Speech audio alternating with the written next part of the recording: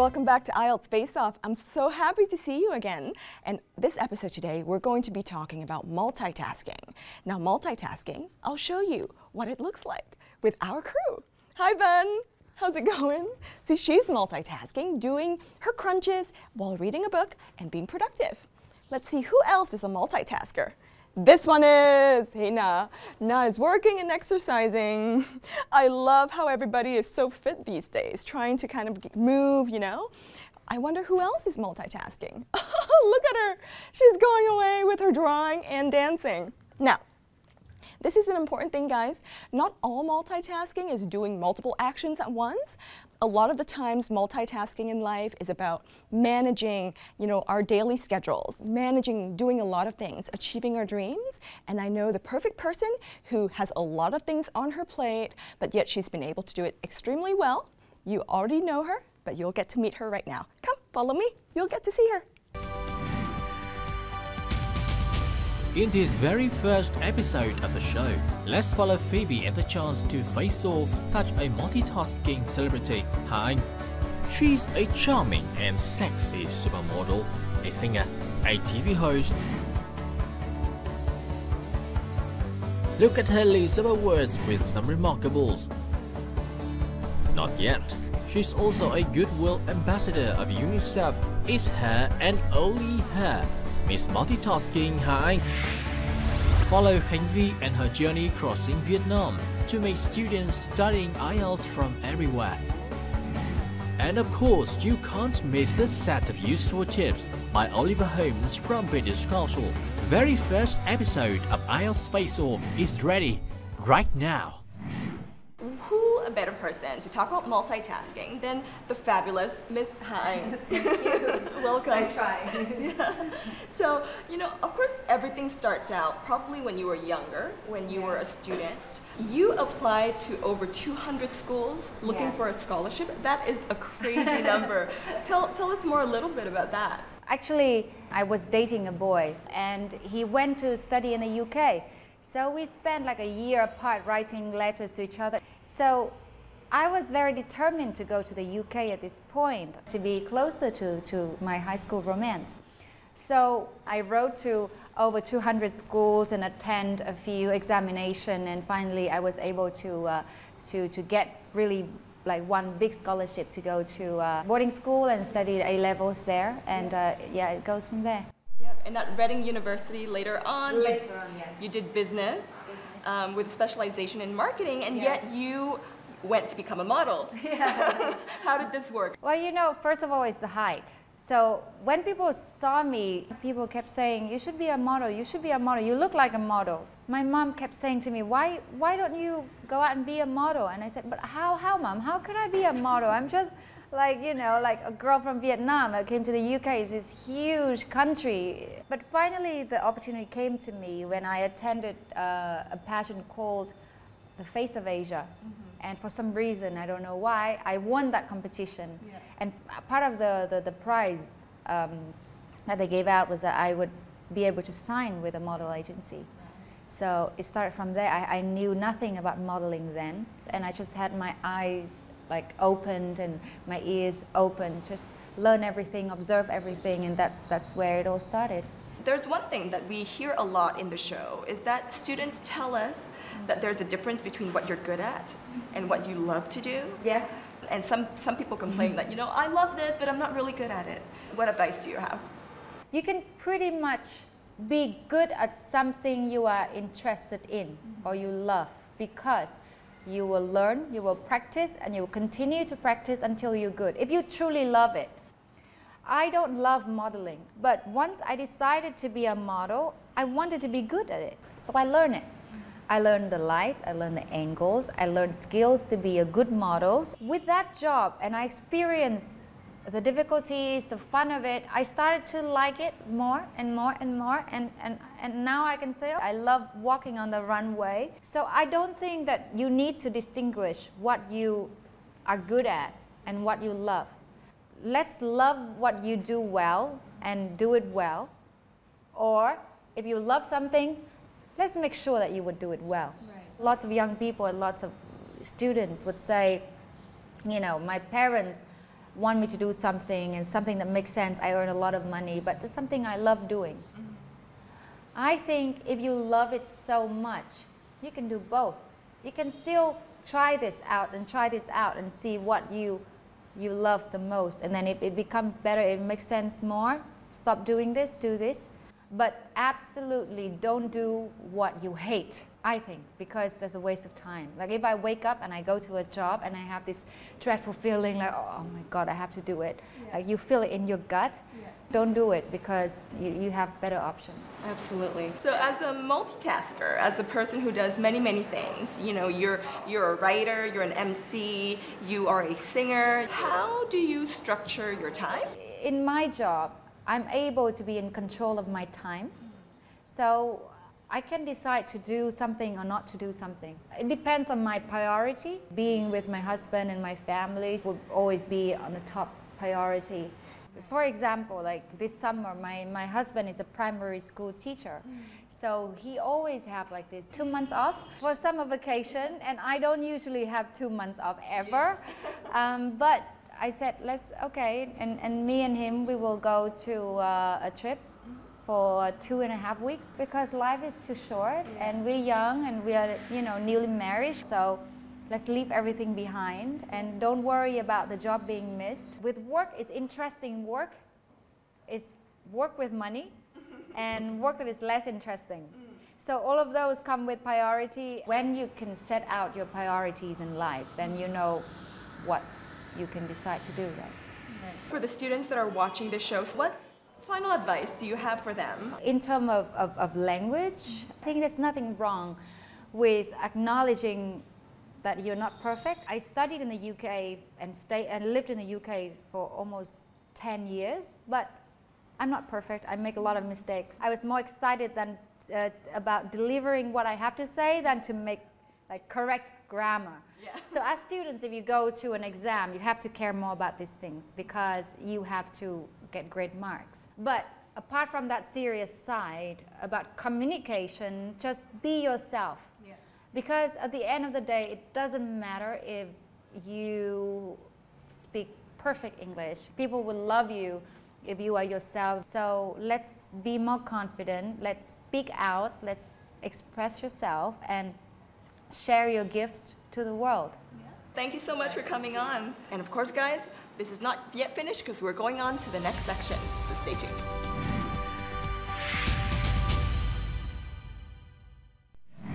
Well, fall is coming, and of course, when fall comes, we all remember the summer. What a better way to have our supermodel Hà Anh right here teach me and you guys a couple of tips of how to keep that summer feeling within ourselves. So how do we best take a picture for Facebook? Well, I think that there's many ways to take a good picture. For the autumn, I think that let's bring in the movement. So whether it's movement with the walk or movement with the hair, it's all quite fresh, right? And we just walk like this, it's difficult to get the hands in, to coordinate with the hair and the face. So I would say just maybe do 1 or 2 steps. Look, you have your head here, over here, and your step. You step here, you swing your head. Ready to try that? Okay. 1, 2, 3. Perfect. See? Thank you. That's it. You got the pose. Okay, so another pose is, this is the summer. What you have to do is to have one leg just a little bit up. So what we want is the leg to face in to make it look long and straight. Yeah. You want it to be leaning against, and your hips will be swinging a little bit on the right. So this is the summer, and you can change your face here or here. Nice. Okay, let me do this. One leg is in, right? A half step up. Okay. Yes, and switch your switch it up. Your knee a little bit in. A little bit. Close your leg. Okay, there we go. That's it. Tummy in as always. Yep, proud and beautiful. Chest up and smile. There we go. That's it. You got it. Beautiful. Thank you. All right. What else you want to learn? Okay. So what about students in uniform? How do we pose as a student in uniform? So I think student in uniform is fresh. I think, right? Let's do the "We are free," right? Okay. Okay. Yes. So do you want to jump up or you want to? Let's jump. Let's jump. Let's okay. jump. With the heels, you can jump. Yeah. Let's jump. Okay. Let's do "We are free." Free from school. Okay? All right. Let's do it. 1, 2, 3. See? So as long as it's a fun picture, yes. Make sure you're free, not your face here. Do it right here so people can get your face, right? Or to the camera, never shy away with the camera. So it's either like, we are free, like your body, your thing is always like with the camera, to the camera. If the camera is not here and is here, then make sure you know where the camera angle is. Like, yes, whatever angle it is, you're ready to be fabulous. Absolutely. Thank you so much. I think, you know, a lot of the kids will have a chance to practice at home all of these poses. It's been so fun to have you on the show today. Thank you so much. Thank you. It's a lot of fun. Well, physically, you're a beautiful woman. You know, you look fantastic throughout many years. How do you maintain that beauty, and do you take pride in that physical beauty that you have? Yeah, actually no. This is a progress of learning. I was a very shy girl when I was little. I grew up with super dark skin, very long legs, very skinny figure, and everybody, including my family member, would make fun of me. They would say that, "You are not our child. Sorry, child. We picked you up from the mountain," because everyone in my family is beautiful, especially my sister who looked like a doll. They would compare. One time, so my mom has a shop, and we would take turns to take care of the shop. One time, my mom's friend came over and said very loud to my mom, "Oh my God, I just saw your daughter this morning watching the shop. She's so beautiful." And she looked at me like, "Not this one." Like that. I went through that hardship of trying to accept to myself, of trying to think that I'm beautiful. You believe that I am beautiful because I believe I'm beautiful. You had a childhood, you know, that was very active. You even played basketball, right? Yeah. You played sports, and you know, you did a lot of things, and we've seen your transition through pictures. How did you go about that transition, and did you kind of have to like think about what you have to pick to be during that transition? I think it just come naturally. Well, there's something I want to make sure here. I'm still myself. I'm still this active, dark-skinned girl chasing after a ball or some kind of sport that I picked. I was a swimmer. I was a basketball player. Now I become a pole dancer. Not so good. Oh yeah, like that. Oh, that's wonderful. That's beautiful. Yeah, I was doing gym. I did also kickboxing, Muay Thai, and now I'm trying to do yoga. So I'm always active thanks to my dad, because he wants his kid to be active, healthy, beautiful all the time. I think it's wonderful to know how much you can do in life, how much you're capable of, and by conquering all the physical challenges, I built more belief in myself that I can do a lot of other things in life, modeling, acting, MC. I have the feeling that once I want something, I can conquer it. Mm-hmm. That's a lot of confidence. Have you ever not been confident, and how did you deal with it? Being confident? No, I'm not always confident. I'm super not confident when I don't know something. The key to the confidence is try to get as much as you can in your brain, at least, or learn all the things that you can learn. Try to get to know, but at the same time, don't be afraid to be your true self. If you don't know something, say that you don't know something, and accept it or not. This is me. I know. I don't know. Then it slowly becomes a kind of confidence to accept yourself. Mm-hmm. So now people see me. They always see me smiling. They always see me being like this, even though I don't know something, even though I know that I'm bad at it, even though I'm appearing here and not so sure about what I'm talking about because my brain is obviously on vacation because of the pregnancy, I still feel fine. At the end of the day, just be yourself. There will always be lovers, somehow.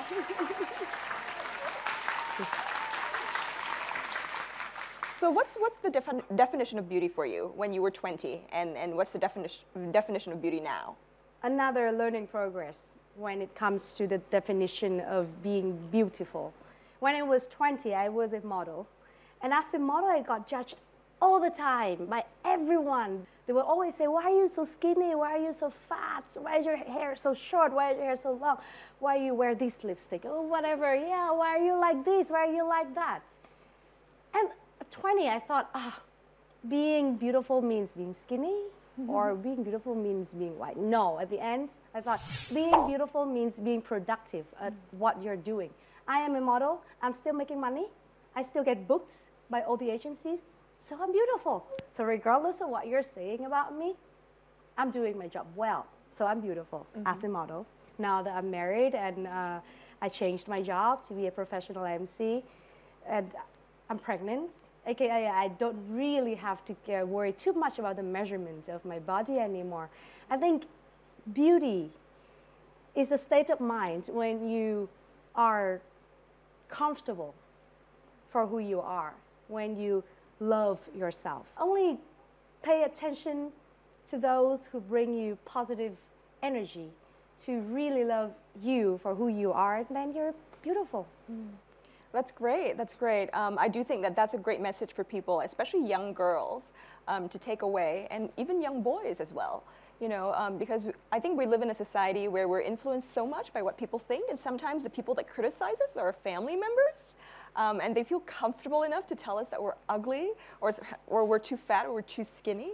And I really like what you said, you know, to be really comfortable in ourselves and to be able to realize that the people who criticize aren't the people that are going to help us to achieve what we want to achieve. Well, insecurity, everybody has insecurity. Trust me, even the most fabulous supermodel of the world would hate something about herself, maybe her toe, maybe her hair color, anything. So everybody carries that, and you just need to accept it. Sometimes I wake up and I accept myself for being insecure. It's fine. It's fine to feel a little bit insecure, to feel a little bit ugly, to be judged by other people, but I don't care. I'm happy. I chose to find the best version of myself and stick to it. If now I'm pregnant, okay, I will try to be the best version of myself being pregnant. You're married, and you are still active, you know, while being pregnant. You're still doing yoga, and you've posted a couple of pictures on, you know, on your social media that showcases you being extremely toned and still very fit as a pregnant lady. Thank you. How did you do that? Oh, well, back to my dad. The way he trained his kids, aka me, he always wants us to stay as active as we want at any stage of our life. Because being active means being healthy. Being healthy means being happy and being productive. You can do whatever you want, right? And now that you're married and you're expecting a new member to the family? Oh, good question. Are they happy? I never asked them. Well, thanks God, I'm married to a guy who loves cats as much as I do. In fact, his parents always bring, you know, homeless cats and dogs to their home and take care of them. That's my Mimi.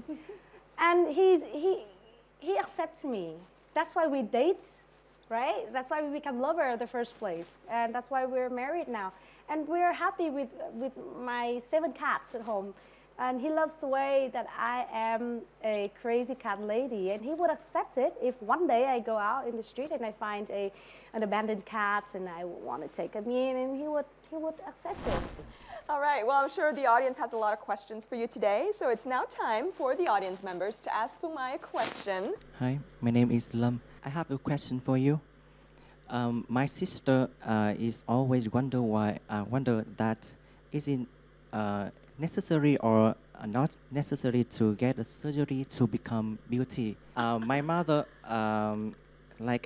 doesn't support her to get a surgery, but she wants to become more beauty to confident. But in Vietnam, it's not common for girls to get surgery. So I want to ask you that should or should not to get it. Yeah, thank you. First of all, I have to correct this. In Vietnam, it's getting very popular. I think too popular for girls to have plastic surgery. Too many girls now believe that plastic surgery is the only way out to get beautiful, and I'm concerned, honestly.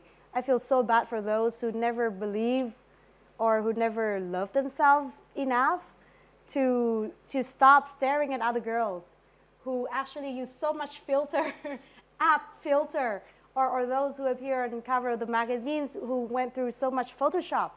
to believe that that is beautiful, this is not me, this is not beautiful, no, it's wrong. To build the confidence of appearance, maybe she needs to look at two things. First of all, there are things that you can actually change physically by yourself, by training, by having good habit of eating, have good lifestyle, then you can change. You can lose weight, you can gain weight, you can, you know, do this and that if you know how to do it. If you don't know, hire a PT. The other way, of course, I'm not too against plastic surgery, but she needs to be really, really careful because she's putting her life in someone else's hand. She needs to know who he is. She needs to know how careful he can be with her body. And what is enough? What is her goal? Maybe if she wants to change a little bit something on her face, like her nose, maybe one time is enough. Don't change constantly until you look like someone else. And that's my answer. I cannot say yes, I cannot say no. It's really up to her.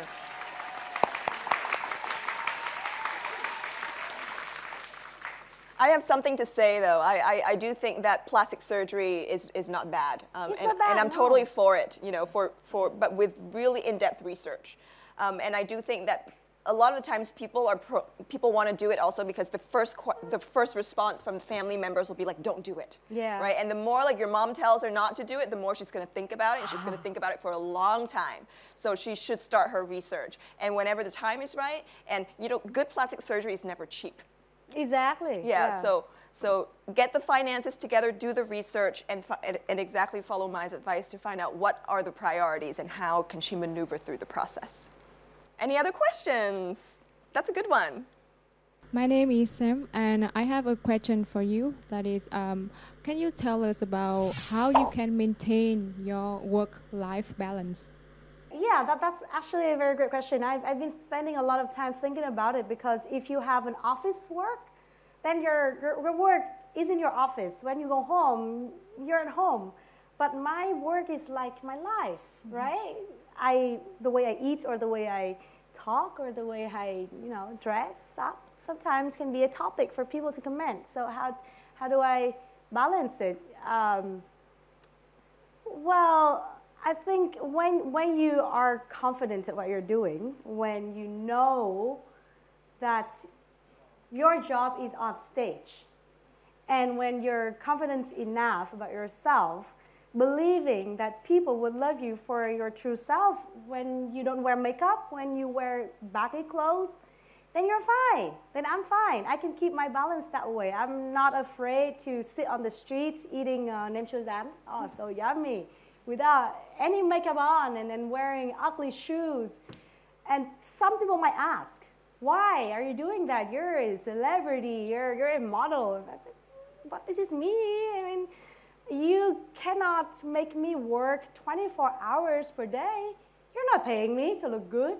And you can like me or not like me. Really, I don't care. I'm taking my time off. You know, at the end of the day, I think being comfortable is the key. Is the balance. You don't think too much about it. I think much about my feeling, if I'm happy or not, and that's it.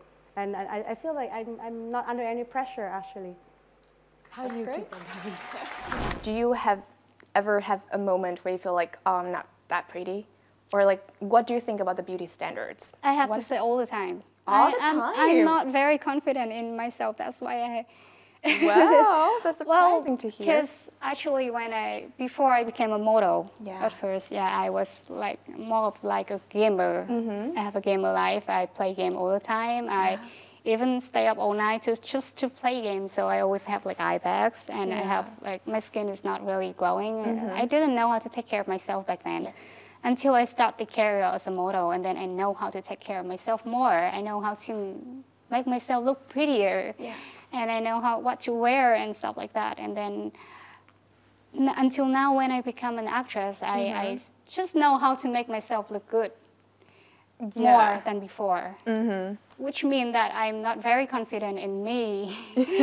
Because like I'm not very confident in showing up with my bare face without makeup. Because I don't know, I've never felt that I'm pretty. I used to think that I'm ugly, and then it's the career that changed me. It's the career that makes me take care of myself more. And then it's the audience that they say that I'm pretty, and then I would start to believe that, oh, maybe I'm not that ugly. And then, you know, it's just like they gave me a lot of courage to believe in myself more. Yes. To believe that I can act, to believe that I am not ugly, to believe that I am not, you know, I can do it. I don't know. You can pursue your career. Yeah. Yes. I think that this career changed me a lot. Yes. From someone who doesn't know how to take care of herself to someone that now is what you see now, and I know that I know my strength, I know my weakness, I know what to wear, I know how to make myself look pretty. So it's a really great thing, and I really appreciate to be in this career. That's what makes you beautiful. And I think the beauty standards vary from this person to another person, but confidence and the belief in yourself makes you 100% attractive. So that it's from the inner, it's inside out. So people can see that you're confident, so that's when you're the prettiest. That's what I think. I totally agree. I think that being insecure is something that we all experience. Our beauty queen, our actress, yes, insecure. I am insecure as well, and I think you're maybe somehow at some point in your life you feel insecure as well. But that is totally normal. But I think what is more important thing is that we're trying to be more confident and trying to find the moment that make us feel the prettiest.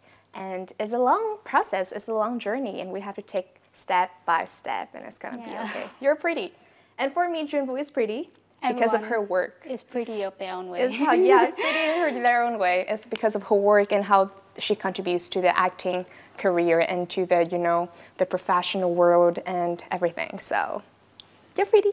You're pretty too. Welcome back to the show, and we're having a conversation with our actress Jun Vũ in IFO Nightly Show. And now we're going to be talking about the beauty standards. And I think it's such an amazing topic to talk to with the star of beauty in the acting world, I might say. So, you know, you have a very interesting background. You've moved to Thailand when you were 15 years old. 15. You was born in the north, in Hanoi, in Hanoi, yes. and then now you're living in Saigon. You know, exposing to different cultures. So, do you think that the concept of beauty is defined differently in the societies, in different societies?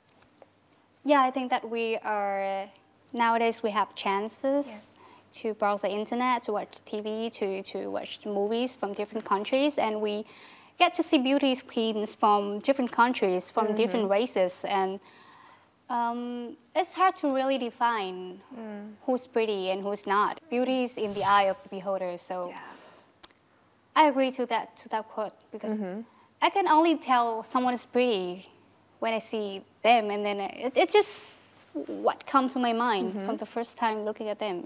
I cannot tell like what in them that is pretty. It just you're pretty. That's all. It's based on the feelings and how we feel. It's based on the feeling. Yeah. Yes. We can be beautiful and pretty in different ways. We can also be beautiful in our own way. We don't need anyone to say that you're pretty. It's just that I just have to look in the mirror. I just have to like how I look today, and then I feel pretty about it. And then that's how I feel pretty. Yeah. And that's when you look the prettiest. Yeah, I think. I do believe that the concept of beauty standards now is totally different from 100 years ago. The beauty of standards just change every day in every society. So what sort of things do you think affect our concept of beauty? To me, beauty divided into two parts. Yes. Physical beauty and inner beauty. Yeah. So physical beauty is what you see from the first sight. You can feel that this person looks pretty, and that's just all about the look. But for inner beauty, you have to get to know them, and you have to see whether this person is really nice from the inside. I mean, yeah. So to me, that's two different things. And you know, sometimes when you meet someone that's really pretty, they're really good looking, but then they are not that nice, and then the whole thing just like it collapses. Wow. So I can feel that. So yeah, it affects a lot. The inner beauty affects a lot. But then, to be honest, when you first meet someone, the first thing that that attracts you is the physical beauty first. Yes. Yeah, and then that's why we have to take care of ourselves all the time, because if you look good, if you look pretty, then people kind of like you from the first impression, and then they will have time, will try to know you more, and then that's when you get the chance for people to know you. So that's why we always have to take care of ourselves first, both inside out, I think. Wow, that's a very practical advice, I think. And ourselves is the very first person that we should take care of, like take good care of from the tiny thing in our life. Maybe stay hydrated, drink water, drink more maybe water, smile sleep more. Yeah, sleep more. And that's not only for other people to look at, it's also for yourself, because you feel more confident, you feel happy when you see yourself in the mirror and you look pretty. You feel happy about it. It's not only for others, it's for yourself as well. That's right, for yourself first, and for others to look maybe the second. Yeah. For yourself first, and to feel good is to look good. Yeah. Inside and outside. Wow, that's very amazing. And I think this is also a message for the audience who are watching, that just take care of yourself and showing yourself the ultimate respect. And that is when you attract what you deserve, because you deserve the best. You just need to become the best version of yourself, and then everything will come into the good place. So how about you take care of your inner self, like when you're sad, when you're negative, how do you When do? I'm stressed, I usually listen to music, because I don't know, it somehow makes me feel way better. And music also a way that I will use to change my feeling when I need to act in a movie. When I need the mood to act in the movie, I will listen to music. I'll listen to sad music when I need to feel sad. I'll listen to happy music when I need to light my mood up. Yeah, something like that. Wow, same. So I do the me a lot, same. yeah. Nice. So it's, you know, we have different ways of taking care of ourselves physically and mentally. So for those who are still insecure and who say, "Oh, I'm not pretty," or like, I can never be as pretty as her, as pretty as them. I got that feeling before. What would you Trust me, say? you're not the only one. I felt that before too. Yes. I used to feel that I'm very ugly, and then, you know, there was like a wish paper that you write in there, and then you put it in the bottle. I used to do that. I used to write that I wish that I could become prettier, and then I did that because I was so insecure about myself back then. So you're not the only one if you ever felt that before, but then you can change that. You're the only one who can change that, and you're the only one who can make you feel prettier and look prettier, and that decision is in your hand. So please, first of all, believe in yourself. Second of all, take care of yourself, and know that you're not alone. Everyone is pretty in their own ways.